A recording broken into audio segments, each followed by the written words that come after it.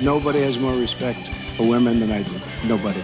Hillary Clinton wants to abolish it, believe me. She wants to abolish our Second Amendment. I think they didn't deny it. I don't think anybody denied it. Other presidents did not call. They'd write letters, and some presidents didn't do anything. Many people have come out and said I'm right. You really do have to ask yourself, where does it stop? Hello and welcome to Fallacious Trump, the podcast where we use the insane ramblings of a sexual predator to explain logical fallacies. I'm your host, Jim. And I'm your other host, Mark. A logical fallacy is an error in reasoning that results in bad or invalid arguments. And the logical fallacy we're looking at this week is the just because fallacy. So the sexual predator, is he a convicted criminal? Well, he's now? not. He's only not technically a convicted sexual predator because it was a civil case in New York. Not a criminal case. So he was found liable. So he can legally be described as a sexual predator. Right. But he's not convicted. He is merely civilly liable. Oh, okay. Well, that's good. Yeah. That's good to know. So we could legally call him that. Not a funny opening, but factual. So, yes. Yeah. So, the just because fallacy. It's a very specific case of the thought terminating cliche that we talked about before.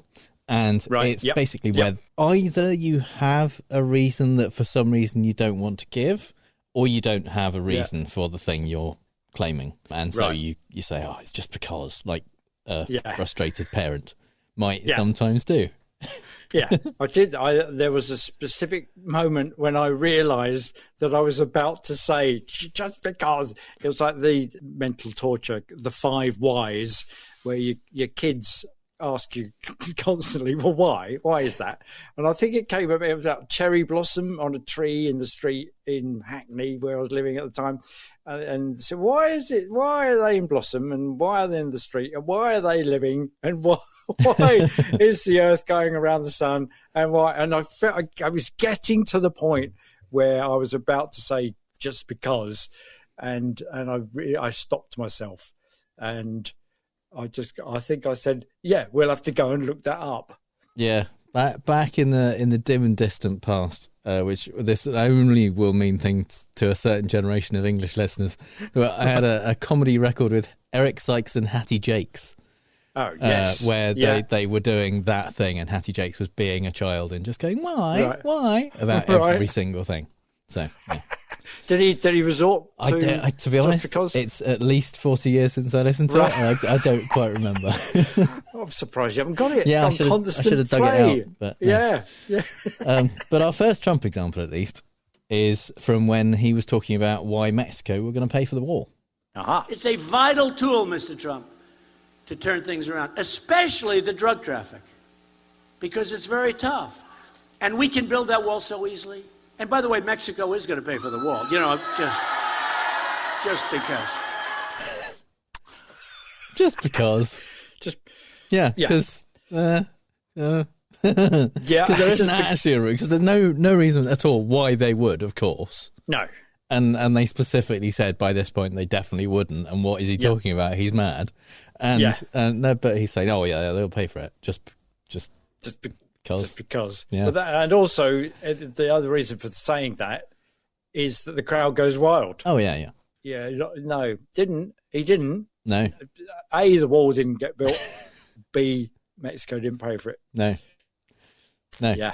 But essentially, this is a thing that he said frequently is just kind of expecting you to trust what he says. Believe me, he says frequently. Yeah. And here is another example of that where I don't know why he's saying this stuff like this, but he's talking initially about Roger Stone. I know Roger, but a lot of people know Roger. Everybody sort of knows Roger. And what happened to him is unbelievable. They say he lied, but other people lied too. Just to mention, Comey lied. McCabe lied. Lisa Page lied. Her lover, Peter Strzok, lied. You don't know who these people are? Just trust me. They all lied. The delivery is a mystery. Why he's like, he lied. Yeah. What the fuck is that? But yes, but the point is, at the end, he's like, yeah, none of these people mean anything to you, but it's okay. Trust me, because I'm saying they lied, so that's all you need to know. Yeah, and he does say "believe me" a lot, doesn't he? He believe does do me. that, yeah. I mean, they have these kind of outrageous statements. Doesn't he even say it in the opening titles? Yeah, believe me, she wants to do away with the Second Amendment. He does do that a lot, I kind of didn't want to use that as the go-to example, just because I use it so much, and we can always bring to mind many examples. A lot of time he says it, he's talking about something he claims he's going to do or claims he has done, and says, "Believe me." But sometimes he does use it to kind of theoretically back up a fact, which it doesn't in any way do. No, because interesting, the one person missing from that list of people who lie is he himself. Oh, yeah. Who lies. But lots of people, but that's also, even if all that was true, we should have a T-shirt. Even if all of that was true, it doesn't take away from the fact that Roger Stone lied and therefore was convicted of a crime. Lots of other people can still lie. Yeah, as many as you like. That doesn't... those other people. But even if they did, he still committed a crime. Yeah, it doesn't, just because other people do the same thing doesn't make him do it less. Yeah, it doesn't work like that. No. And now is the time, I think, for Mark's British politics corner. You see, I think that the British politicians have a much more skilled, plausible deniability stance, which is probably trained within them. So it's difficult to find any examples of them actually saying, "Believe me" or "Trust me." It's often couched in terms of an appeal to the people, the truth of which we also have to take on trust, of course, especially for Sunak, who says it a lot, who was elected by very, very few of the British people, after all. I tried to find a recording of this, but I ended up going to Hansard, the written record. And if you type in "trust" into Hansard, very few come up. But when they do, latterly it's been Sunak, and he says, similar to the one he did for the statement, having gone to COP27 in November 22, he made a statement about it. And in a response to Keir Starmer, who pointed out the backtracking on promised green policies by his and previous Tory administrations, Sunak said, "I know the British people trust me to manage the economy, and they will not trust the Labour Party. The right honourable and learned gentleman might be focused on reparations around the world. We're focused on creating a strong economy here at home, and that is what we will do." So to which Chris Bryant of the Welsh Assembly responded, vis-a-vis, "I know the British people trust me to manage the economy and will not trust the Labour Party." The Prime Minister says he and his party are more trusted by the British public on the economy. Well, there's one way of testing that, isn't it? It is with a general election, and we'll be happy to have that. So I think the trust me bit is buried in the British people. So their kind of plausible deniability, they don't just say, "Yeah, trust me on this." What they do, they move it a lot off to one side. Say, "Oh, you already trust me." Yeah, I'm just telling you what the British people do. The British people trust me on this stuff. And okay, well, if you trust in the British people's trust in you, then all you got to do is have a general election. Let's see whether that's so. And that occurred to me that the counter of it is to just call them out and say, "Well, I don't trust you." So why should I? Yeah, why should I? Don't believe you. Why should I?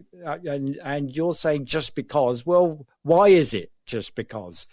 And I think that also what mainly tends to happen in British politics, and this probably comes from the common rooms of Eton College, is that the holders of positions of power assume that their position of power is sufficient for those listening to them to take their statements on trust. So there's an inherent "believe me, trust me on this" in their statements. And Kemi Badenoch, who's both Business and Trade Secretary and another hyped new Tory act attempting to show that they are a diverse and representative party. However, we always say, you may be black or brown in the Tory party, it doesn't preclude you from being an arsehole. Kemi was in Italy in February 2023, tried to deal with trade barriers caused by Brexit. the trade barriers that were non-existent when we were in the EU, because Italy's in the EU too.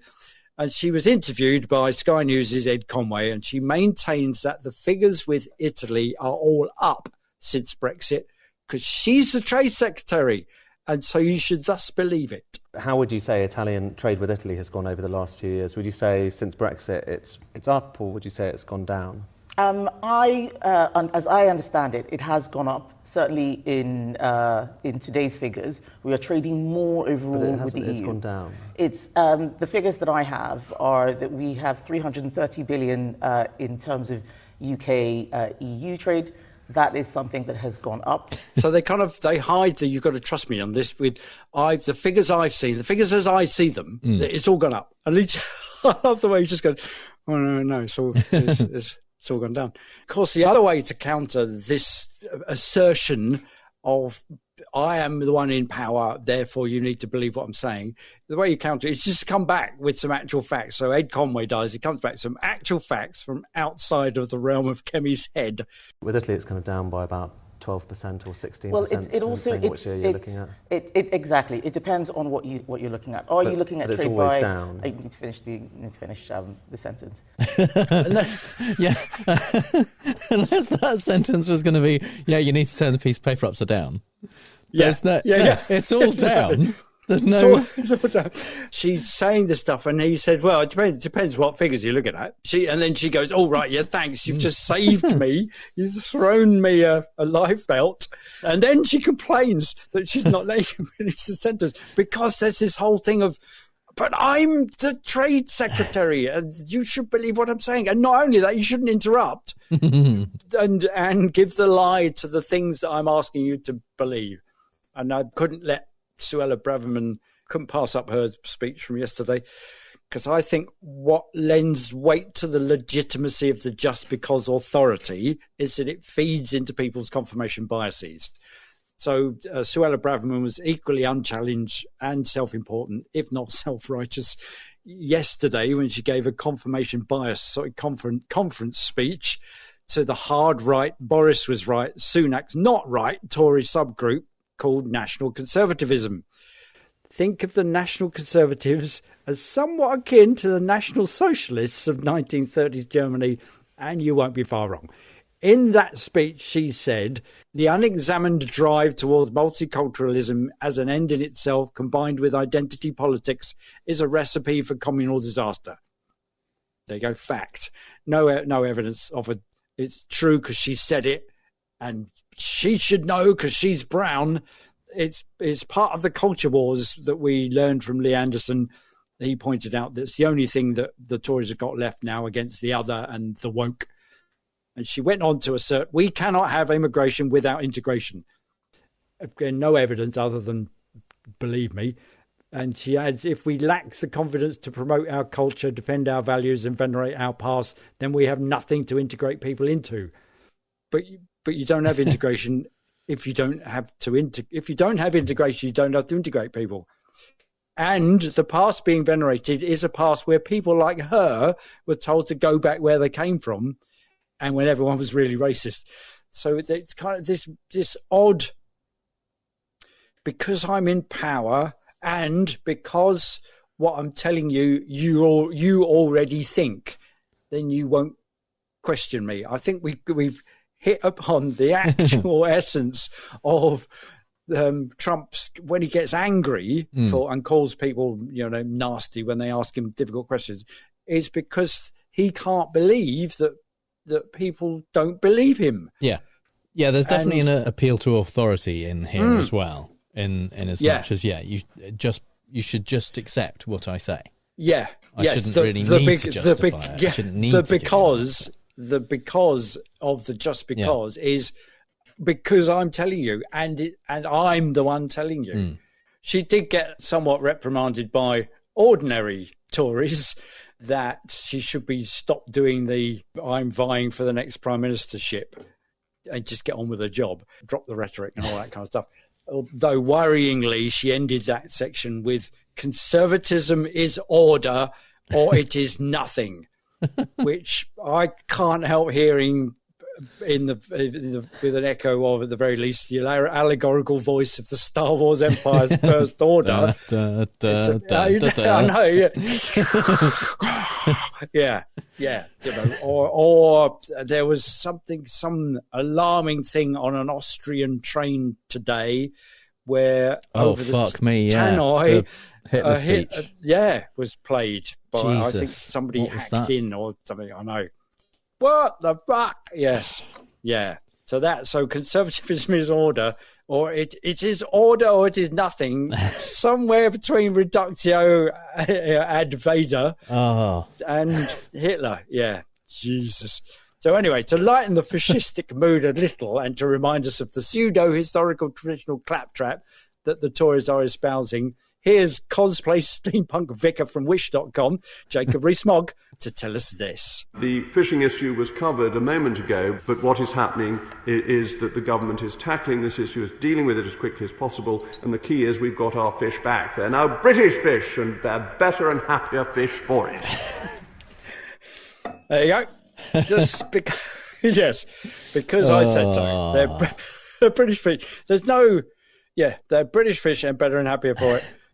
The Speaker of the House, Lindsay Hoyle, injects a moment of sanity, points out the just because nature of Rees-Mogg's assertion by saying this. Obviously, there's overwhelming evidence for that.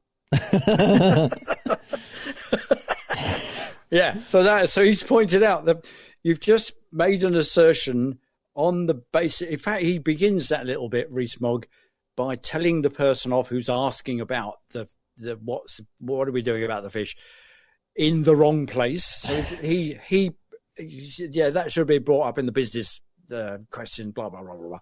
He's like head boy, headmaster. So he creates this sense of authority, which therefore gives him sufficient authority to be able to say outrageous things like the fish are British and they're much happier as a result. Yeah, I was watching an old episode of QI recently, and Stephen Fry recounted an anecdote about Jacob Rees-Mogg when he was, I think, first campaigning to become an MP, right, and leafleting in East Fife, and his nanny was out on the kind of campaign trail helping him.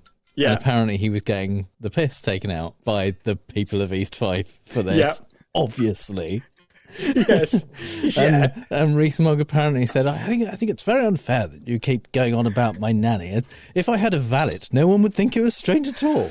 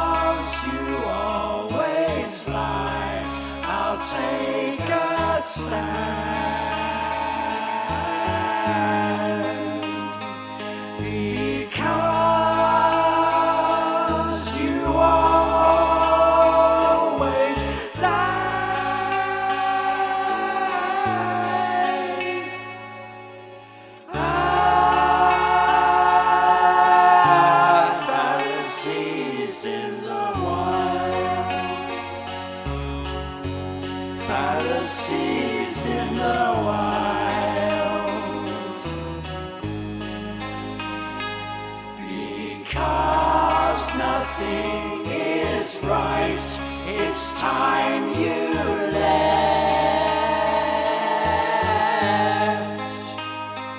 because nothing is right.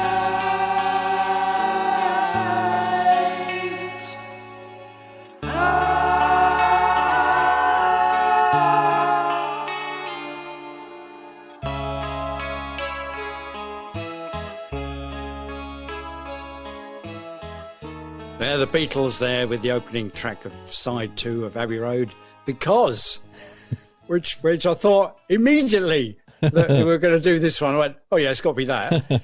By God, that was ambitious. That was an epic one, wasn't it? I could have gone out and made a cup of tea with that was on. Yeah, exactly. Yeah. I mean, they're right. So I listened to the latest remix version of Abbey Road, and you think, oh my God, it's like there's 16-part harmony on the original.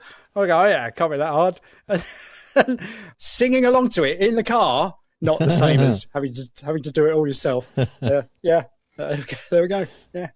Well, in the Fallacy in the Wild, we like to talk about the Fallacy of the Week from a non-political perspective, and we've got a bit of a 70s special this time around. Yeah, because it happened a lot in the 70s. Well, seemingly, yeah. Yeah. The first example is from Little House on the Prairie. I can't believe I gave her all my furniture. You talking to me, Miss Olson? Why would I be talking to you? Why wouldn't you want to talk to me? Because my feet hurt. Then why don't you ride on the wagon? Because. Because why?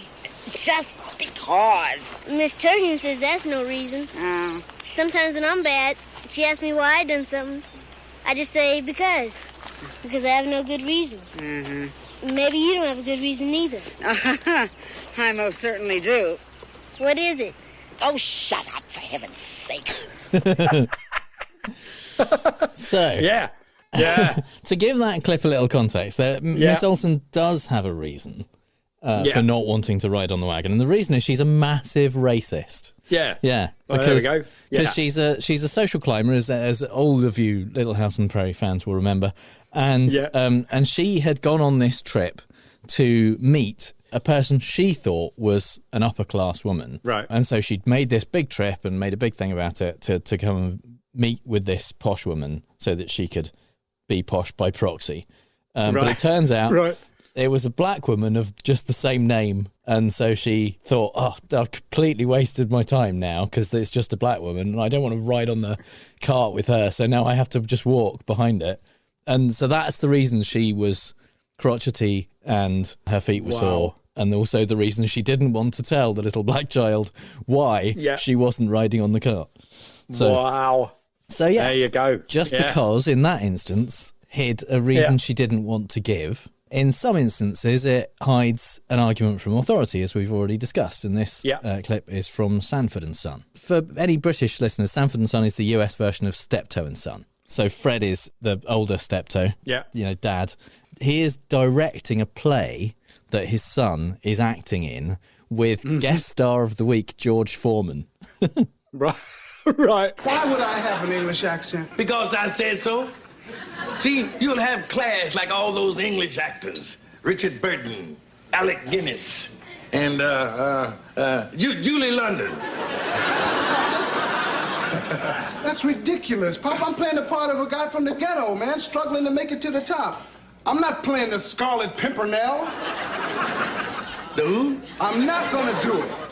Listen, I'm the director and you're gonna do what I say. So yeah, his because I said so is because he's the director. And therefore he has the authority to just tell him what to do and he has to do it and he doesn't have to give a reason. Whether it makes no sense in the why would you have a British you're from the Bronx, that's right, and because the gag about Julie London is that she's Julie not London an was English actress, she's an American. She's just American jazz singer, marvellous, who very early on in her career built her own studio in her house, and kind of set the precedent. But her name's London, so that counts. Yeah, exactly. And and George Foreman, as I say, the boxer, guest as himself in this episode, and this episode was written by Gary Shandling, who went on to become Larry Sanders. This was like one of his very first TV jobs. I think this was the second episode of Sanford & Son that he wrote, and that was his first thing in showbiz. So there you go. There you go. And finally, in this section, we have an example from Different Strokes. Yay! This represents another reason that might be behind the Just Because. Well, you sure really don't want to move out, do you? Yes, I do. I'm calling the coach. I can't let you do that. Give me the phone. Why should I? Because I said so. That's no reason. Give me the phone or I'm going to hang you by your feet from the balcony. Now that's a reason. So in this case... What you talking about, fellas? Yeah. It is masking an argumentum ad baculum, an appeal to force. Yeah. So, the just because comes with a kind of a backup of if just because isn't enough, you need to listen to me because otherwise you're going to be in trouble. Yeah. So, and that kind of, I think, where it is used by parents, those three reasons probably are the things that hide behind it. There's either a reason you don't want to say, or there's just accept it on my authority, and just accept it, or you'll get what's coming to you, like in our childhood era at least. So the just because masks all of that. Something occurred to me listening to that Little House on the Prairie clip, is that's probably contemporary with MASH. And also just slightly ahead of Apocalypse Now, all of which were allegorical dealings with the Vietnam War and America's part in that, and how it was not such a very good thing. And Little House on the Prairie was dealing with America's part in slavery and how that was not a very good thing. So it's very good writing in that era to do these kind of allegories of stuff in a very certainly straightforward way. I think this era of Little House was, I think it had departed from the original Laura Ingalls books a bit more, and Michael Landon had taken over as exec producer and started becoming more of a progressive, preachy kind of narrative, more of the episodes. But he and then went full preachy on Highway to Heaven when he did that one. So, before we move on to fake news this week, I just want to mention that QED tickets are now on sale. Yay! This isn't a hashtag ad. We're not getting anything for this. We're just fans of QED. But we wanted to let you know it is the 23rd and 24th of September in Manchester. And tickets are on sale. Go to qedcon.org. I will be there. I won't, because I've got a gig with my other with the musicians what make our theme tune. So I've got, and it's don't go well, it's one of our numbers of significant birthday. Just because of a nice round number of orbits of the sun. You'll be doing the same thing next year. Anyway, not at QED time I won't. Anyway, that's true. That's the thing. Unfortunately, it means I'll be there on my own. And the thing is, you'll now need 3 people for the quiz. Part of the reason I'll mention this, and I'll be mentioning it until September, not every week, but I'll bring it up occasionally, is because we went last year, we talked about it, you heard us talk about it. We had an amazing weekend. It is such a lot of fun. It's so interesting and just amazing to be there with so many people. The whole kind of critical thinking community. The whole critical thinking thing is great.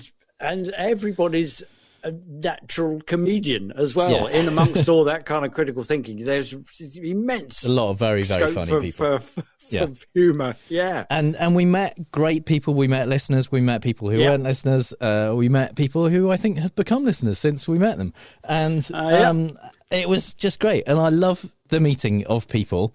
I'm terrible at initiating that interaction, so come to QED and find me and talk to me because I'm going to be on my own. Oh wow! Which believe you me, for Jim to go to something like that on his own is just amazing in and of itself. When Mark said he couldn't come for like a fraction of a second, I thought, maybe I shouldn't. And then I'm like, no, I'm definitely going. It was amazing last year. I'm definitely going. So, but I'm going to be. And it's also amazing how many people how many people that are there who are fans of other people's stuff. Oh, yeah. So they're all the people that are generating, podcast content and online content and, written content in the critical thinking community. Yeah, obviously all of the Skeptics with a K people will be there because the Merseyside Skeptics help run it. And the Puzzler and the Thunderstorm guys will be back, although I don't think Heath is going to make it this year because one of his friends has annoyingly getting married or something like that. Or just like people will schedule their stuff not around QED, and it is infuriating. But, you know, we do our best. So yeah, go. Anyway, I've got my tickets. Go and get your tickets, QEDcon.org, and then come and talk to me. So we're gonna play fake news, folks. I love the game. It's a great game. I understand the game as well as anybody. As well as anybody. Yes, it's time for Fake News, the game where I read out 3 Trump quotes, 2 of which are real and 1 I made up, and Mark has to figure out which one is fake news. Okay, so listen to me. This time it's all going to go the right way. The answer will be crystal clear. The choice is more than apparent. Believe me when I tell you. You can trust me. No word of a lie. So, one thing that I've done differently, in fact, this week is not anything for Mark, but something for you listeners. Which is, if you are a patron, or if you're in our Facebook group at facebook.com/groups/FallaciousTrump, you will have had the opportunity to see these fake news quotes before listening to this show. Because it didn't occur to us to do that. After 5 years... For some reason, it only occurred to us to do it for pictures. Yeah, absolutely. Yeah. Last time we did it for the pictures when I did some NFTs, people seemed to like playing along and having a chance to have a guess. And you see, and I was vindicated in my choices. Well, only in as much as some other people agreed with you. Fools never differ. Yeah, I was going to go for great minds think alike, but no. So your kind of disparaging comment, I think I'm going to in a Trump kind of way. So you think I got it wrong? Well, I'll tell you who else got it wrong. So I thought since people seem to enjoy that. I mean, I could just do that every time. So, what from this episode onwards? Basically, when we record, at that point, so that Mark doesn't get a chance to look at it in advance, I will post them in the Facebook group and on Patreon, and until between then and when the episode comes out, you can see if you can beat him without listening to his. What do you want to call it? Thought process? Yes. Yeah. Yes. What are you implying? God. Reasoning. Bloody Let's hell. call it reasoning and be kind. Right. Yeah. There you go. Yeah. Okay. God. So. God. I'm seeing a whole new side of you now. Jeez. Right. So these are times when Trump displayed his vast knowledge of military conflict. Oh, right. Yeah. Well, as we saw in those NFTs, he's all absolutely. Over it. You know how much he's in favour of the troops. The first is about the Civil War. He said, people don't realise he was very upset when the Civil War started, and if he was president at the time, a lot of people say it never would have happened. We wouldn't have had a Civil War if Andrew Jackson was in charge. Think of it. They tried to impeach him too, just so you know. Okay. Number 2 was upset. Right. Is about Churchill. Right. He said he was able to handle pressure very well. If you think about a man that handled pressure, he was being bombed, it was over. Hitler was unstoppable at the time. I mean, people forget that at that time, Hitler was virtually unstoppable. He was going through countries like cheese. Okay. Was he going through countries because he liked cheese? That would explain the invasion of France, perhaps. That's just that well-known saying. Yeah, going through countries like cheese. What? So let's just wait a minute. I think there's something. So having dabbled with in looking at AI generated pictures ever since you've generated those ones of Trump, there's this kind of similarity going on in Trump's head. He just we know what he's trying to say. We get where it's coming from, but there's some AI going on in his head. He said, I need a phrase that talks about cutting through countries like a knife through butter. but actually cutting, and then all you get is, then you get cutting the cheese, and then you get cheese. So what you... I mean, he's going through countries like cheese. That's what? It's not even. There isn't even a cheese called Attila the Hun. So it's like going through what? No, love it. And statement number 3. Mm-hmm, yeah. You know, they're very good fighters, the Taliban, but they never fight at night because they don't have binoculars. We've given them brand new, thousands of binoculars, better than what we have, far better than what we have, because they're brand new. They're the best. Okay. Everyone knows you can't fight at night without binoculars. No, and why would we give them ones? We've given them better than we have. They're better than we have because they're brand new, right? Because we just got old ones, right. Which, yeah. Why are they arming the Taliban with binoculars? Okay, right. I've got to try and sort out what he didn't say out of this nonsense. Well, they're going through countries like cheese.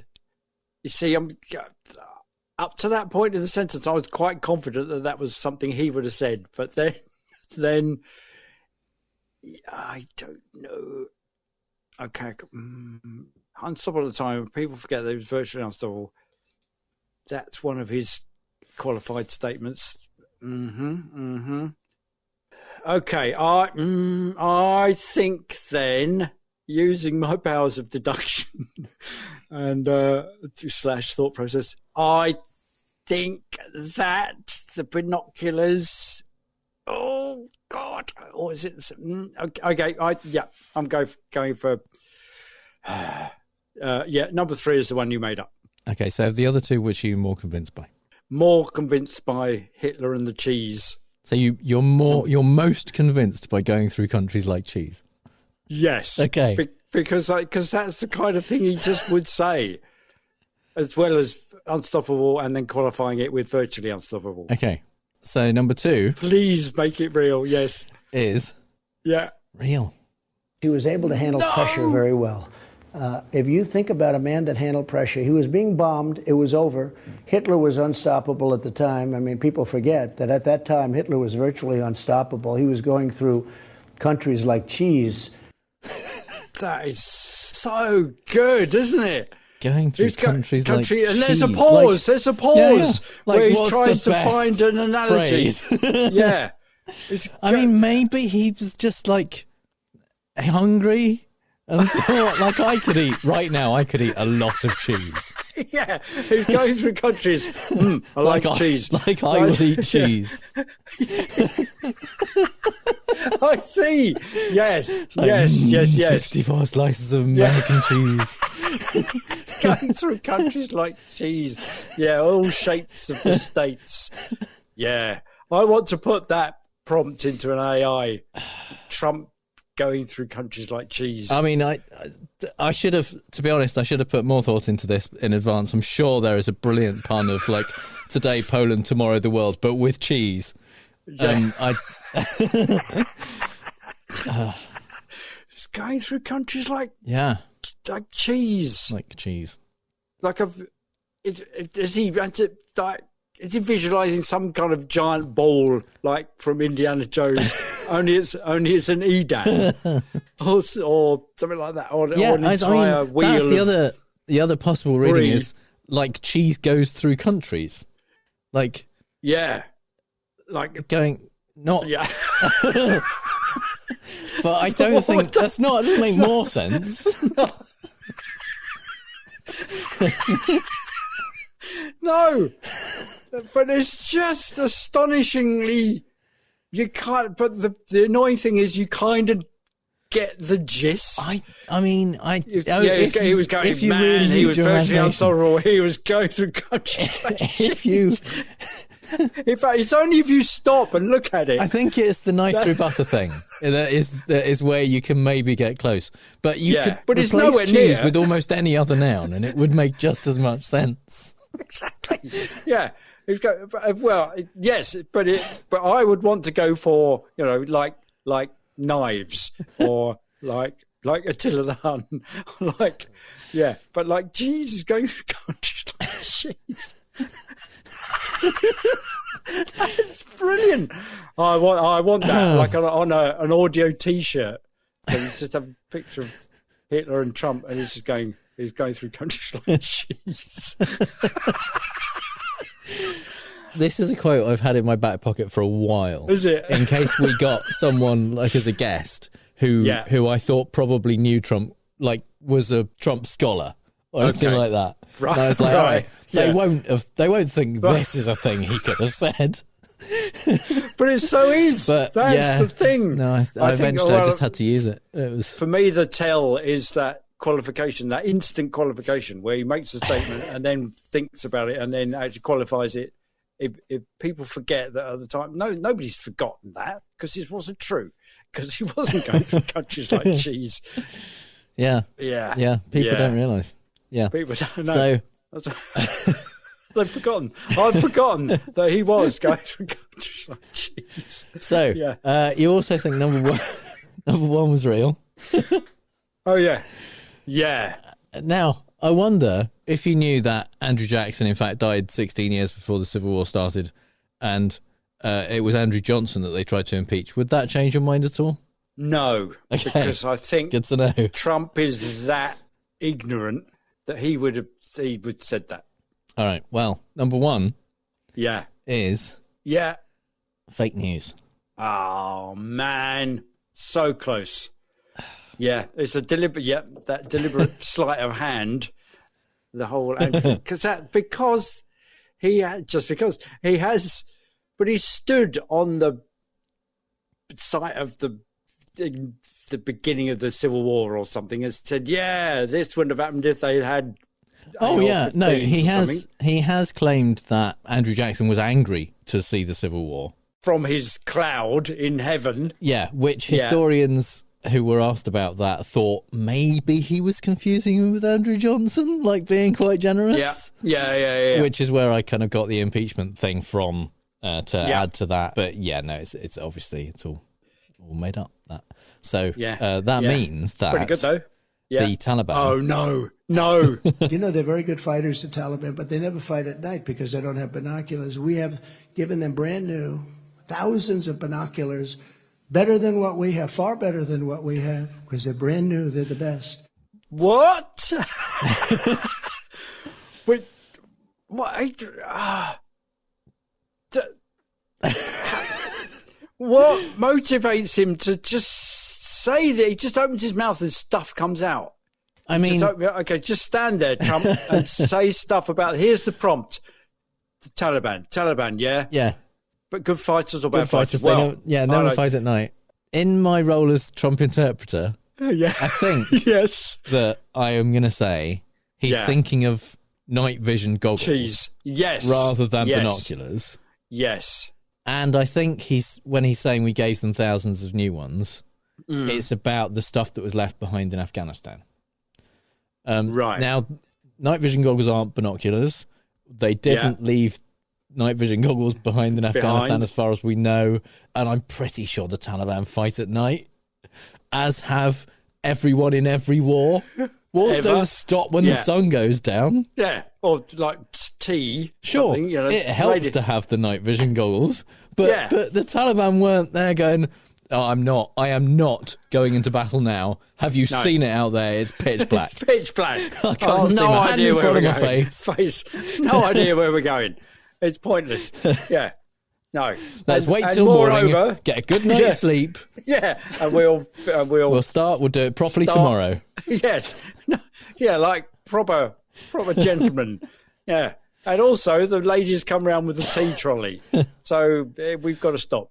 So unfortunately that means that again you haven't added to your score this week. Oh no. And you remain below 50%. Let's just say that. Okay. Which one of our listeners did point out in a review. Thanks very much, by the way, for anyone who leaves reviews. We do read them all. Yeah. Someone pointed out that really, by chance, would be 1 in 3. So to be getting near to 50%, you're actually doing pretty well. They said. Don't patronise me. I'm just relaying. I know patronising comments that our listeners have made. But I'm not patronising. I know. But everybody else is. Yeah, that's what I've said generally. Don't leave us a review. Just don't patronise. No, do what you like. It's jolly good fun. So that's quite right. Yeah.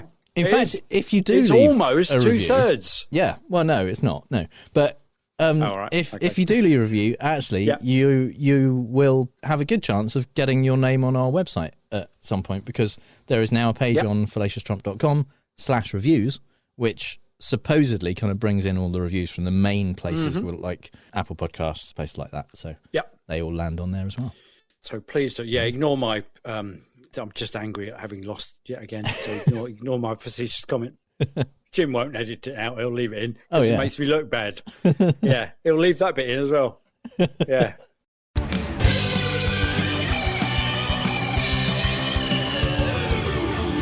So it's time for the part of the show that this week at least is called CNN is not a logical fallacy, because CNN decided to give Trump a platform with a town hall. What the fuck do they think they're doing? Frankly, because you kind of, given the going through countries like cheese, what we've just heard, he would just open his mouth and trot out the usual suspects, the greatest hits, and surely they know that's going to happen.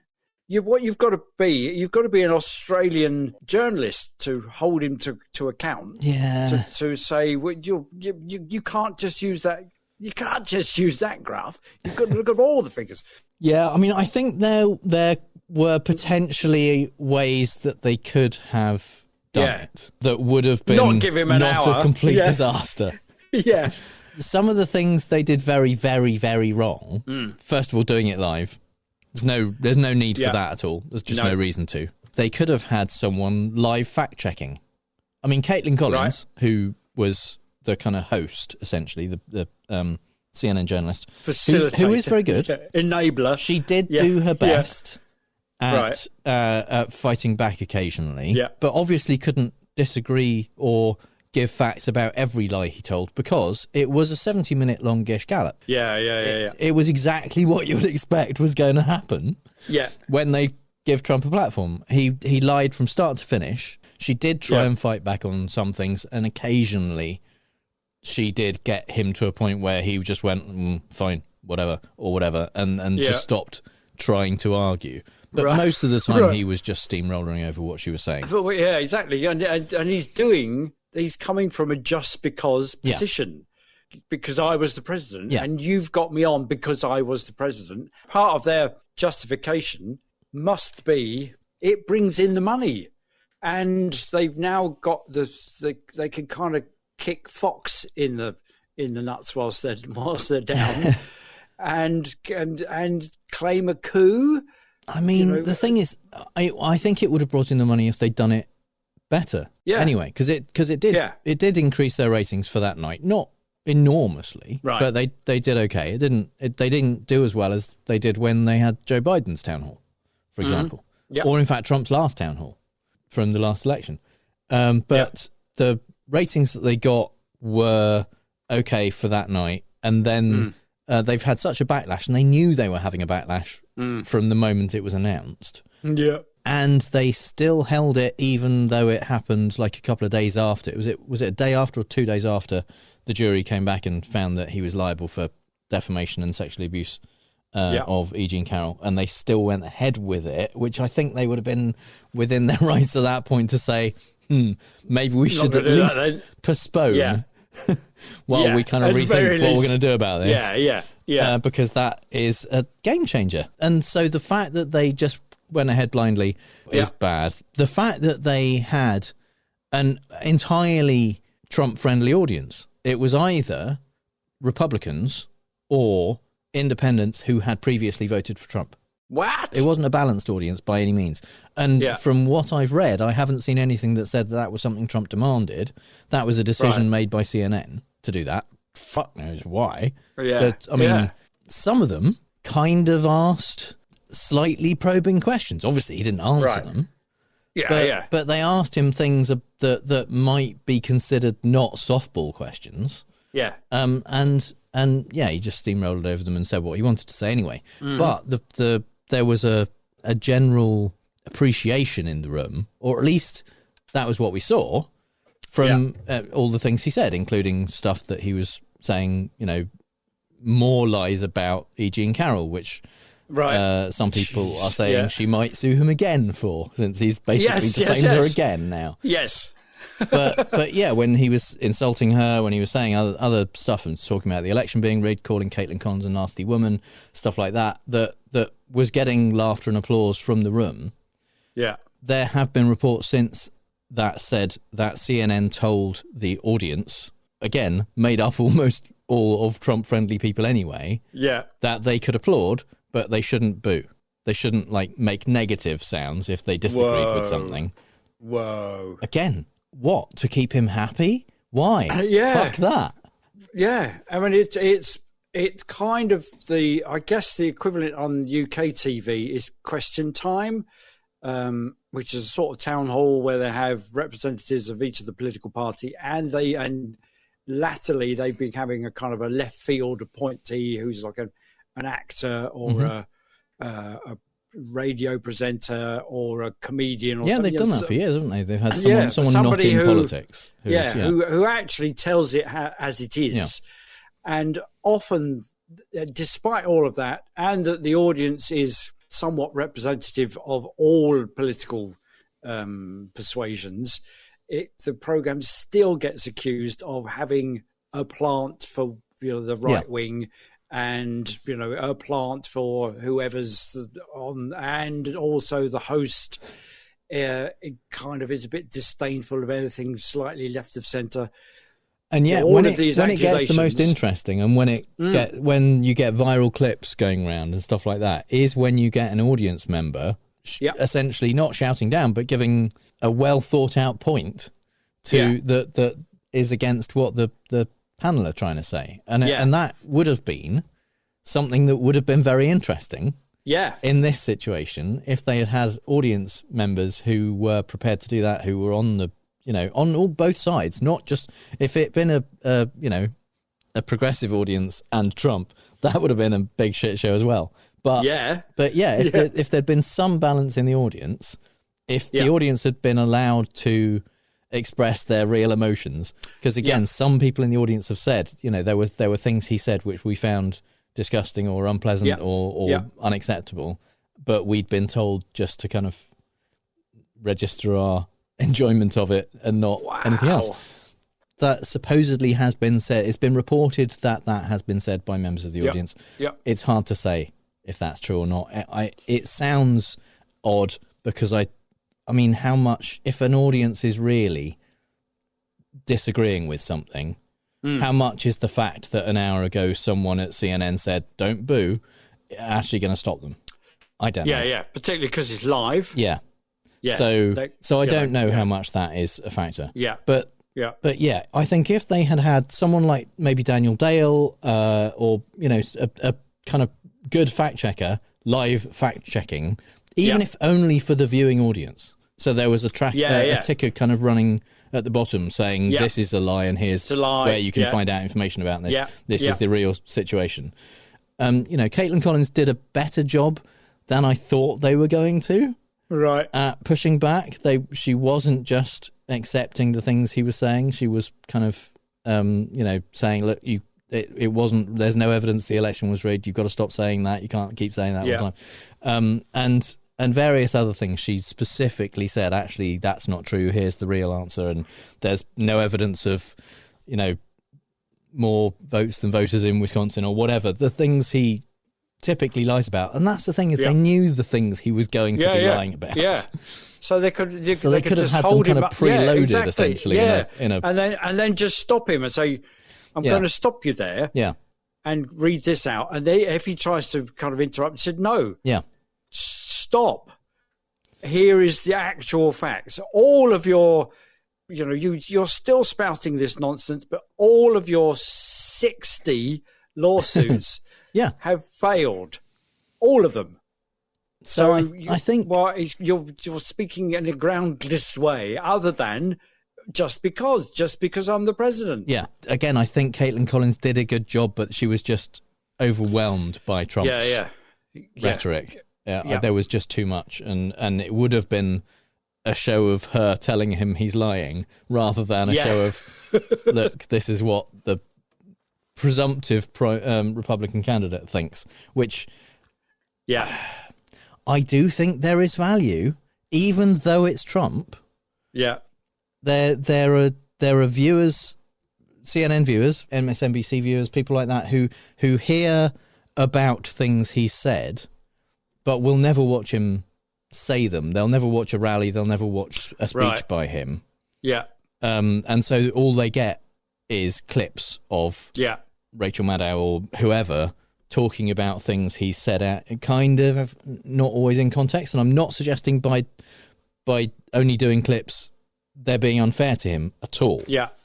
But when you see it in that context and it is 70 minutes and it's all bullshit. I don't know. I think that's, as we tend to steel man people's positions, I think that's still very dangerous because the fact checking didn't happen online in Vision. Yeah, it happened. It happened elsewhere. So if you're just watching the TV, no, absolutely. You're having your confirmation biases. No, I agree. Confirmed. I that's what I'm saying is that I think that there's value in showing him talking and the things he wants to say, but putting that in context. But giving either giving him people who are going to fight back and kind of literally fact check him to his face, or at the very least having something happen in Vision that can show this thing he's just said. And hear the audience's disapproval. Absolutely, and have that. And I think if they had done all of that, they still would have had the same ratings. I think the same people would have tuned in, possibly more, if they'd said, "Look, here are the kind of gatekeeping that we're putting in place." Because I think a lot of people didn't watch and got angry about it because they'd said in advance that it was going to be a Republican audience. And it showed that CNN was just pampering him and pandering to exactly what he wanted. Because I think that's right. It is about being the gatekeeper of it. What happened when the Australian journalist got in is that the gatekeepers didn't keep him out of the gates. Yeah. They normally manage the whole thing. I mean, that whole the last Patreon thing we did about the right wing YouTube guy talking about the press officer. That was the whole thing about Trump. Had these amazing it was Andrew Clavin praising Kayleigh McEnany. And to say they were outrageously awful people, but they were very clever at managing the room. They didn't allow anyone in to ask difficult questions. So when I can't remember his name, but the Australian guy asked those difficult questions, there you go, asked those difficult questions, Trump was just seen to be utterly a vacuous bullshitter. And the problem is, if you go across the threshold into vacuous bullshit and give a platform for that and buy into that for whatever reason, up your ratings, kick Fox in the nuts whilst they're down. If you do that, then you allow him unfettered access to live audience to spout his vacuous bullshit. What you need to do as a responsible news channel or TV channel is to say, no, we're going to apply the rigors of actual journalism and not allow you to say this every time, knowing full well what his greatest hits would be, add to it the calling people nastiness. Even that, when you get called, when the journalists themselves get called nasty, just cut through all the deference and the bullshit. He's not the president. Yeah. So you don't have to do that. He's no longer the king. So you can just say, you can't talk to me like that. What you're saying is wrong and without foundation. It's a lie you're perpetuating. What you're doing is manipulating the information in order to promote your own candidacy. And you just call it, that's what disappointed me, if that's not strong enough a word, disappointed me about their approach, is that they just gave it to him. Yeah. Kind of with some sort of pretense in a way of, well, yeah, we're going to do this. It's like having him on Question Time with, Dimbleby, And then and that's it. Yeah, we've invited him on. We've got Dimbleby, and then Dimbleby just gives him all the softball questions. So, well, why have you sold it in this way? Yeah, we thought he's going to get hauled over the coals, and because otherwise, if they don't do that, he will fucking get in again. Yeah, I mean, this is the thing. It's a lot of the reason he got in first time was because of all the media attention he got. Yeah, of course he's going to get a lot of media attention this time as well. Of course he is. I mean, fuck, we've got a whole show about it. You know, it's we're part of the problem, if anything. So it's but yeah, there is a way to cover him responsibly and to put him in his proper context, and this did not do that at all. It really damaged CNN's credibility. Yeah, they talked about, well, you know, we've got to hold the powerful to account and all that. You didn't do that at all. Didn't the chief exec tweet? Chris Licht. Yeah, you might not like the answers, but you can't say we didn't get them. You go, well, that's not holding people to account, is it? If every time they gave you an answer, you should say, well, that's a blatant lie. Yeah, Mr. Ex-President, Mr. Civil criminal charged with we could legally call you a sexual predator. You can't say that stuff, and we ought to hear the audience going, "Oh, you can't fucking say that live on TV." That's and then cut to the audience of them going, "Whoa, that stinks." Yeah, I mean, if the audience had actually been representative of the electorate, then that would have been a very different reaction that I think he got. So yes, exactly. It's that. If you need to take him out of his context, his comfort zone, and say, here are the numbers, Mr. President. They're all, it's you can't. Here's the weather chart. You can't just draw on it with a Sharpie. Yeah.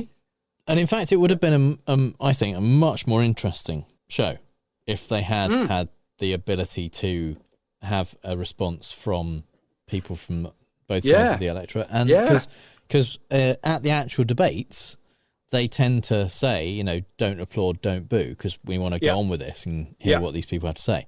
So the audience you're not getting in real time response from the audience in those things, and obviously, almost all the time he talks, it's in front of people who already think he's a god king. So having him try and spout his bullshit in front of people who know it's bullshit would have been completely different, would have been something we don't see very often, and would have been more responsible and a more interesting show. And I think would have got the same ratings. So badly done, CNN. Badly done. For shame. For shame, indeed. For shame. And finally, some things we really don't have time to talk about. Trump is appealing, but only in a legal sense. After it took a New York jury less than 3 hours to find Trump liable for defamation and sexual abuse of E. Jean Carroll last week. Newsmax somehow managed to claim this was a major win for Trump, and Mike Pence said he'd never seen Trump sexually abuse anyone, while Trump himself, of course, claimed it was a disgrace and complained that the case was brought in New York, where the attack happened and where both parties lived at the time, because he could never get a fair trial there. The verdict was unanimous, despite one of the jurors saying he got his news from right-wing podcaster Tim Pool, who he described as balanced.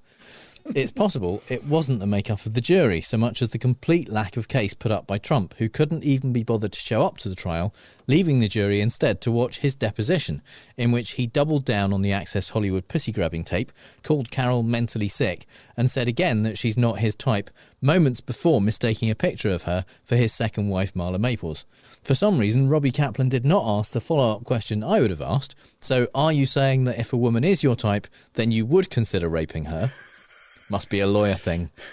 Trump's lawyer, Joe Tacopina, went with attacking the victim as his brilliant strategy, asking why she didn't scream or report the attack to the police, but stopping just short of asking what she was wearing. As attorney Andrew Fleischman noted on Twitter, New York juries are so biased they'll find the dude liable based on nothing more than eyewitness testimony, contemporaneous accounts of that testimony, other victims, failure to testify, a disastrous deposition, and a taped admission to doing the thing he's accused of. Never get a fair trial in New York. I'm pitching a version of Doogie Howser MD, but set in the world of politics, where a precocious young upstart know-nothing becomes an amazingly capable Republican. He has a natural proclivity for cheating, lying, claiming unemployment benefits during COVID while he had a decent, well-paid job. He inspires people to donate to his election campaign funds and then spends it on nice suits and shirts and vacations and, hey, yeah, just giving it to his friends. The cliffhanger for the end of season 1 will be him getting found out for all of those. But we're so enamoured with his potential to be president one day that we're rooting for him and mouth along with "It's a witch hunt" and his Trump mini-me hairpiece and stupidly long tie. Hot tears of parental pride spring to our viewing eyes as he demands to be able to conduct his own defence, because of course he can be a lawyer. He's told so many lies about his education, his sporting prowess and how well it suited him for office. Then why not law school, as well as Yale, Harvard, MIT and playing for the Harlem Globetrotters, even though he's still only 8 years old? Wait, what? What do you mean it's already on TV? Give me that remote. Oh, yeah, there he is. It's already being played out by George Santos. Live arrests and everything. Yeah, no one's going to believe that. Surely we can still option it as a reality show. We'll take it to CNN to give it some credibility. Oh, no, hang on. Yeah, George Santos. 13 counts he's been charged with. 13 counts of financial crimes. That's brilliant. Yes. And it's not even... He's not even 8 years old yet. I was going to say, it's not even the things we thought it was probably going to be. No! It's other stuff. Whereas there's at least 13 of the things we thought it was going to be. They didn't even get into the kind of stuff trying to fundraise for dead dogs and stuff like that it didn't end up getting any money. And it's wire fraud and unemployment, claiming that when he already had a job and the job he had was like in a Ponzi scheme. Spending of campaign funds. Yes. Oh, wow. Brilliant. So I'm really going to enjoy that court case. Yeah. Ever since Eminem fetishist Tucker Carlson was gloriously fired from Fox quote-unquote news, we've been wondering which straw broke the camel's back. Was it his part in the Dominion libel case, the hostile work environment that led a former producer to sue the network, calling Rupert Murdoch a cunt? Or, as I theorised last episode, was there something else yet to come out? Well, plenty has come out since then, largely thanks to Media Matters for America, who have released so many behind-the-scenes clips of Tucker being a huge misogynist or trashing Fox platforms that Fox asked them to stop all the news reporting, please, because it was embarrassing them, which strongly suggests there's more and worse to come. However, the leak that everyone seems to accept as the smoking gun came from the New York Times, in the form of a text from Tucker to a producer. The text is a narrative about Tucker watching a video of a group of Trump supporters, as Tucker describes it, pounding the living shit out of an Antifa kid. Tucker recalls hoping they would kill him, and then feeling ashamed of that desire. On reading this, I wasn't sure which of those expressed emotions Fox was more likely to have fired him for, but it turns out I'd glossed over the pertinent phrase. Earlier on in the text, Tucker had written, "Jumping a guy like that is dishonourable, obviously. It's not how white men fight." I'd skimmed past this phrase, not because it's okay, of course, but because it's exactly the kind of thing I expect from Tucker, because it's significantly less racist than most of the things Fox paid him to say to millions of viewers on a daily basis. And yet this, according to New York Times at least, was his undoing. We'll see. That's because he was being significantly less racist than his pay grade. We're paying you more to be much more racist than that. Yeah. In a kind of Shark Tank for real moment, Ron DeSantis sought to prove his presidential suitability in the world of international business by finishing his tour of Israel, South Korea and Japan, promoting economic ties with Florida with a visit to London last Friday. Once outside of the razzmatazz of his own circus sideshow and in a room full of, shall we say, grown-up, adult, actual UK businessmen, DeSantis' shtick didn't impress. Like panellists on our own Dragon's Den, various business chiefs described the hopeful Floridian as horrendous, low wattage, and lacking stardust, adding nobody in the room was left thinking, this man's going places. Needless to say, the UK Foreign Secretary James Cleverly and Business and Trade Secretary Kemi Badenoch thought he was great. And whilst they are desperate to do as many post-Brexit deals as possible to fill the immense hole in the growth of their home nation, the optics of striking some sort of special economic relationship with Florida might not go down well with the bigger fish they're hoping to fry with Biden. In a true British understatement, one business leader did have the good grace to describe DeSantis' shoe-gazing performance as fine. Way to go, Ron. You've got the whole world on the edge of its seat, albeit so they can see around you for the next actual likely presidential candidate. Nope, not for me. I'm out. Herschel Walker's Senate campaign was pretty unbelievable, by which I mean both it's hard to believe it really happened and you definitely shouldn't believe anything he said. It's certainly the only campaign I know of which featured the candidate revealing whether he'd rather be a vampire or a werewolf, but I'm hoping that will now be a standard question in the televised debates. I know it's been a few months, but try to remember the fake plastic police badge he brought to a debate as proof of his law enforcement experience, his claims of graduating at the top of his college class when in fact he didn't graduate at all, or his ever-shifting number of children. And now imagine how monumentally stupid you would have to be tricked out of $500,000 by Herschel Walker. Because that's what happened to billionaire Dennis Washington. To be fair, it was an intricate scheme worthy of Danny Ocean and his 10 friends. See, what Herschel did was email Washington and ask for $500,000. And then, instead of giving him the account details for a super PAC, he gave him the account details for a company that Herschel ran but didn't disclose in his financial statements. By indicating the money was for his campaign and funneling it into a private business, there's a good chance Herschel committed wire fraud. And you would think he would know that, given his vast experience working in law enforcement. Excellent. Weirdly, eye patch wearing under his glasses, leader of the Oath Keepers, Stuart Rhodes, is facing sentencing as the ringleader of a seditious conspiracy on January 6, 2021. Remember that? The large and violent concerted effort of MAGAs and Trumpists to prevent Joe Biden from becoming president? Rhodes looking at 25 years, but is seeking leniency based on his years of good homespun service in having founded and run a local yet nationally focused community organisation called the Oath Keepers. Yes, indeed. His lawyers argue it is imperative that the court give great deference to Mr. Rhodes for the 12 years of service and dedication of the Oath Keepers.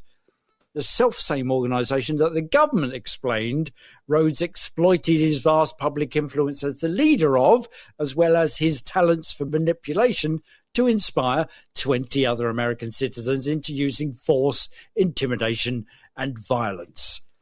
Community service, well, I guess in the twisted world of protectionist, survivalist, conspiracy theory Q lovers, they've been doing a great job. Him and his similarly patriotic brothers-in-arms, the Proud Boys organisation, 4 members of which were also found guilty Thursday of seditious conspiracy in connection with the January 6th attack. Their defence attorneys countered that the Justice Department was using the group as a scapegoat for the real person to blame for January the 6th, Donald Trump, who, as memory serves, isn't, as far as I know, not being held to account for his part in it. Or did I imagine that blockbusting miniseries where Trump was quite heavily implicated in doing stuff? I think you're being very unfair to Stuart Rhodes, complaining that he's wearing an eye patch under his glasses, because he has got 2 eyes. I mean, well, he's got 1 eye, but the glasses cover both eyes. And, and the other one, what do you want him to wear an eye patch and a monocle? I do. I mean, that would be awesome, actually. Or one, I take it all but back, no lens. He's got 2 lenses. Eye patch and monocle would be amazing. Yeah. I mean, if you're going to be a pirate, go for it. Yeah. You know, that's, yeah. I think there's a law. We have to, every time Stuart Rhodes comes up, we have to remind everyone that the reason he wears an eye patch is because while instructing people on how to safely handle guns, he shot himself in the face. In the face. Yeah, this is the kind of person you want to run your training department. Yes. Mm-hmm. So, yeah, that's community service. Community service. Done the community of service there. Yeah. As we know, Trump hires only the best people. The trouble is, Trump thinks he's an example of the best people. So when he hires people just like him, they end up being lazy, stupid and bad at their jobs. Take, for example, whoever makes Trump's Facebook ads. Late last month, they started running one with the caption, "Under Joe Biden, America is a nation in decline," which features a picture of Uncle Joe looking kind of determined and badass, surrounded by a montage of images showing just how bad America has got under his leadership. We'll put the ad in the show notes under fallacioustrump.com/FT124. But the images are a burning police car during a riot, 2 gas station signs, presumably representing the rise in price, a group of migrants crossing a river, and that Chinese spy balloon superimposed on a Chinese flag. The only trouble is the burning police car is from May 2020, when Trump was president. The cheaper of the 2 gas station signs is from November 2013, when Obama was president.